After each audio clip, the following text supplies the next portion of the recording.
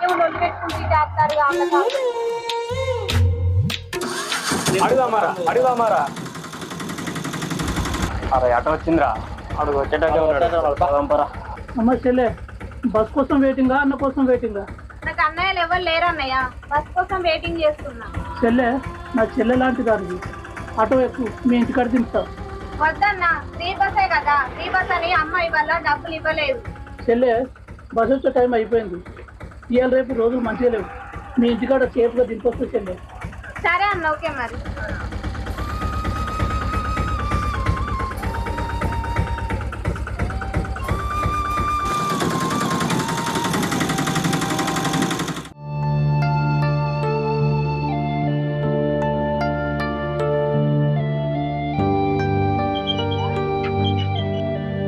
అరే రాబర్ట్ భాయ్, ఆటోకి ఏమైంది భాయ్?